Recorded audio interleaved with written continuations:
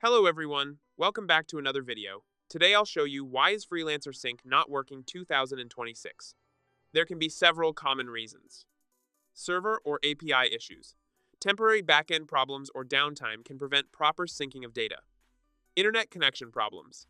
Slow or unstable internet can interrupt synchronization.